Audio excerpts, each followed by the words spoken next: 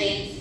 I'm sure you're wondering why the sash. So I've been nominated as the Influential Woman of the Year for South Africa for 2023. So I've been representing the country for all awards and all, not only for women empowerment, but youth empowerment as well. So thank you. Just in terms of some statistics, very quickly, I'm going to say 51.1% of the South African population is female, if you didn't know. 42% of the South African households are headed by women. Women in South Africa are less likely to find employment compared to men.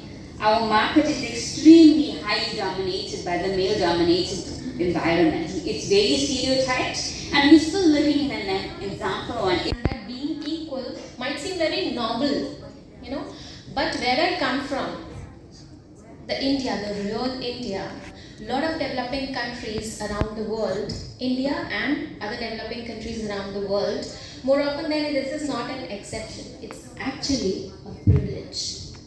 It is actually a privilege. Do you all agree? Yes. Right. I can hear only one yes. What about others? Yes.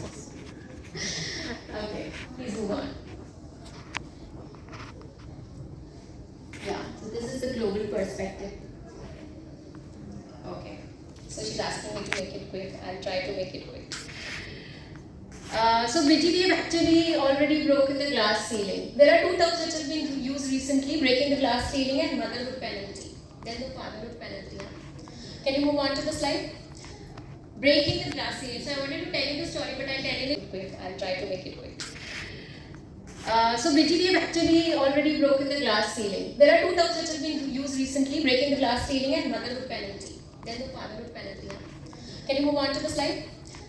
Breaking the glass ceiling. So I wanted to tell you the story, but I'll tell it in short. This is the story behind the London. There's a bridge in London on River Thames, which is known as Ladies' Bridge. And this bridge, almost 100 years back, it was built by women for the men during World War II. I think this deserves a clap. So, why do we all want to fit inside the glass slippers? Like Cinderella did, right? We don't want to fit inside the glass slippers. When we can actually shatter that glass ceiling. We can shatter that glass ceiling, and this is proof number one. Can you move on to the next slide? Yeah, this is proof number two. Shatter that glass ceiling. We can shatter that glass ceiling, and this is proof number one. Can you move on to the next slide? Yeah, this is proof number two. The most beloved queen. She ruled for more than 70 years. This is another very powerful proof of breaking the glass ceiling. Please move on. Proof number three. Our tribal president. The tribal teacher president, and what impressed me more is that she was a teacher as well, because I have been a teacher for so long. So these things tell us that glass ceiling is actually, it exists here. It actually does not exist. We can go up to any level and shatter that glass ceiling, so break the barriers. Now, what is motherhood penalty? There's no motherhood penalty. So if somebody is hiring, this fact is considered. अपना identity please, your name and information.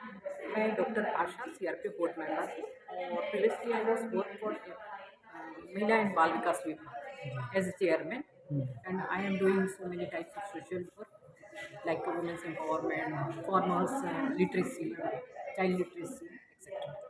तो आज की जो national parliament जो आज हुई है, उस पर वुमेन पावर्नमेंट का कितना बड़ा रोल है और इस पार्लियामेंट में क्या क्या डिस्कशन हुआ और क्या निकला है, आप क्या देखिए, यहाँ तो इस प्रोग्राम में IWP में हमारे पास में जो रिप्रेजेंटेटिव्स जो हैं, they are like our guest and they search what's going on their country.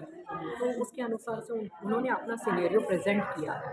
But हमारी ये कोशिश है कि जो वुमेन्स हैं उनको हम एम्पावर करने के लिए किस एफर्ट में हम जाएं। तो हम लोग का ये है कि तो ये ज़्यादा अच्छा होगा। तो और ये रोल जो है वो किसी पॉलिटिकल पार्टीज़ के ऊपर डिपेंड नहीं होता। सपोज लाइक 3 टायर जो सिस्टम है इंडिया में, इसमें कोई बैनर की आवश्यकता नहीं होती है। छोटे छोटे इलेक्शंस जो होते हैं, वुमेन्स अपने सेल्फ मोटिवेशन होकर वो अचीवमेंट जो गोल रहता है उसको अचीव वो कर सकते हैं। मतलब जहाँ तक देखा जाए बिजली के देखे तो वहाँ पर अलग समस्याएं हैं, तो इन समस्याओं का किस तरीके से एक मोमेज आने वाले साल में हम देख सकते हैं कि सब कुछ देखिए ये तो यूनाइटेड नेशन और millennium development goal, sustainable development goals जो बने हुए हैं ये सभी कंट्रीज़ के लिए बने हुए हैं। 60 अभी तक की जो सर्वे रिपोर्ट है उसमें 60 कंट्रीज़ ने सस्टेनेबल डेवलपमेंट गोल्स को इन्फोर्स किया है। और हम ये कह सकते हैं कि अब पहले जैसी स्थिति नहीं है।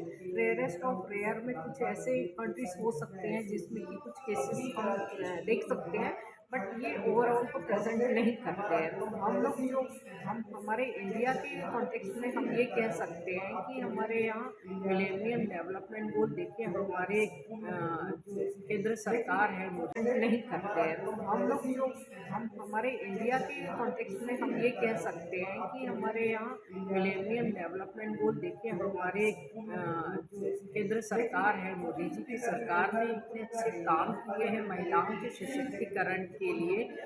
तो बाकी की जो सारी चीज़ें हैं जैसे पॉवर्टी नहीं रहना चाहिए, ज़ीरो पॉवर्टी होना चाहिए, है ना, स्टारवेशन की कोई भी स्थिति नहीं होनी चाहिए हमारे देश में, शुद्ध पेयजल होना चाहिए, एनर्जी होना चाहिए, सेल्फ सस्टेन होना चाहिए, मेडिसिन होना चाहिए, हेल्थ फैसिलिटीज़ होनी चाहिए।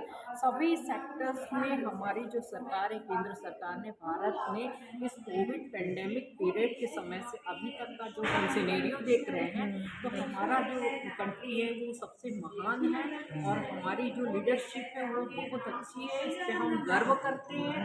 हमको एक हमारे I believe that every woman has the power to empower other women. International women days भी है, पार्लियामेंट डेज है, तो किस तरीके से देखते हैं वुमेन्स पावरमेंट कहाँ तक सक्सेस हुई पड़ी है भारत में, कहाँ तक सक्सेस है अभी, आप कितना देखते हैं parliament Empowerment. Women empowerment India में कितनी सक्सेस है अभी, क्या हालात इंडिया वजह में से? नहीं, इंडिया में भी रेशियो बढ़ रहा है धीरे धीरे, ऐसा नहीं है, फिगर ऊपर ही जा रहा है क्योंकि लोग ज़्यादा से ज़्यादा अवेयर हो रहे हैं। और क्योंकि मैं खुद एक इंटरनेशनल ट्रेनर हूँ पब्लिक स्पीकिंग की, क्रिएटिव राइटिंग की, बहुत लोगों से मिलती है हर दिन, हर महीने, हर हफ्ते, तो ये मैं भी रियलाइज़ करती हूँ कि फीमेल्स बहुत आगे आ रही हैं। और बीइंग अ फीमेल मैं खुद ये कोशिश करती हूँ कि मैं सारी फीमेल्स की वैसे ही मदद करूँ, उनको आगे बढ़ाऊँ। तो मेरे जैसे और भी बहुत सारे लोग हैं जो सिस्टरहुड की तरह काम करते हैं, मतलब वो कहते हैं ना औरत ही औरत का साथ देती है तो सब आगे बढ़ते हैं। तो वही बात है, आगे बढ़ रहे हैं और इंटरनेशनल वुमेन्स पार्लियामेंट एक बहुत ही अच्छा इनिशिएटिव है इस चीज़ को और स्पीडीली जल्दी से आगे ले जाने का। किस किस मुद्दों पर आज बेसिक मुद्दों पर बात हुई है, आज किस किस कि कैसे वुमेन लीडरशिप, क्योंकि ये एक ऐसा एरिया है जो थोड़ा सा डार्क है, बहुत सारे प्लेटफॉर्म्स पे फीमेल्स काम कर रही हैं लेकिन जो हायर पोजीशंस हैं, हायर अथॉरिटीज़ हैं, वहाँ पे अभी भी बहुत कमी है, जिसमें इंडिया सबसे पीछे। इंडिया में सिर्फ 14% फीमेल्स हायर अथॉरिटीज़ हैं। मतलब ये बताएं कि पार्लियामेंट में आज भी हम पिछले 20 साल से 33% रिजर्वेशन के लिए वुमेन्स रिजर्वेशन मांग रहे हैं, लेकिन वो नहीं मिल पा रहा, तो कहाँ कमी रह जाती है वैसे? कमी रह जाती है क्योंकि आज अभी पार्लियामेंट का भी- वुमेन्स पार्लियामेंट बिल्कुल वुमेन्स पार्लियामेंट शायद वो गैप को भर सके, ऐसी मैं उम्मीद करती हूँ, क्योंकि ये एक इनिशिएटिव है जो छोटे लेवल से शुरू हुआ है पर काफ़ी जल्दी और स्पीडीली मोमेंटम पकड़ रहा है। आज पूरी दुनिया से लोग आए हैं इंटरनेशनल वुमेन पार्लियामेंट अटेंड करने, जो बहुत बड़ा अचीवमेंट है। इस एक फैक्ट को ये वुमेन पार्लियामेंट बहुत पावरफुल बनाता है। तो इंडियन पार्लियामेंट में क्योंकि एक माइंडसेट है इंडिया में जो चेंज होना ज़रूरी है। Change। जब हम एज पेरेंट्स अपने लड़कों को बताएंगे कि हमको फीमेल्स की रिस्पेक्ट करनी है, उनको डिग्रेड नहीं करना है, तब जाके ये सोसाइटी चेंज आ पाएगा। किस स्टेज पर जाके महिलाएं आप देखिए ये जो सुरक्षा का जो फीलिंग है ये या जो चेंज आप बोल रहे हैं अब 50 या उसके पहले, तो 50 तो बहुत आगे हो गया। ये हर डिकेड में आता है क्योंकि हम 10 साल के होते हैं, माइंडसेट अलग होता है, 20 के होते हैं, अपने आप मैच्योरिटी आ जाती है, 30 के गवर्नमेंट जहाँ पर वो समस्या हो रही है उस गवर्नमेंट के थ्रू से हम रिसर्च कर सकते हैं। रिसर्च करने के बाद जो ह्यूमन ट्रैफिकिंग होता है उस चीज़ को हम एज अ पॉलिसी के रूप में सर्च करके इसको निराकरण दें। आज पार्लियामेंट डिसीजन में ये रहा है आपने प्लेटफॉर्म में कुछ इस तरीके से कुछ चीज़ें आपने ये नेपाल और इंडिया के अकेले के मुद्दा नहीं है, यहाँ पर 25 कंट्री से वुमेन आई है। एज अ पार्टिसिपेशन के रूप में हम देखते हैं तो लगभग 35 कंट्री से हमारे इस प्रोग्राम में मूवर्स होते हैं, राइट। तो इसके कारण हर एक देश के जितनी भी मुद्दा है हमको इकट्ठा करके उठाना है और as a woman, as a man, सबको इक्वल राइट चाहिए।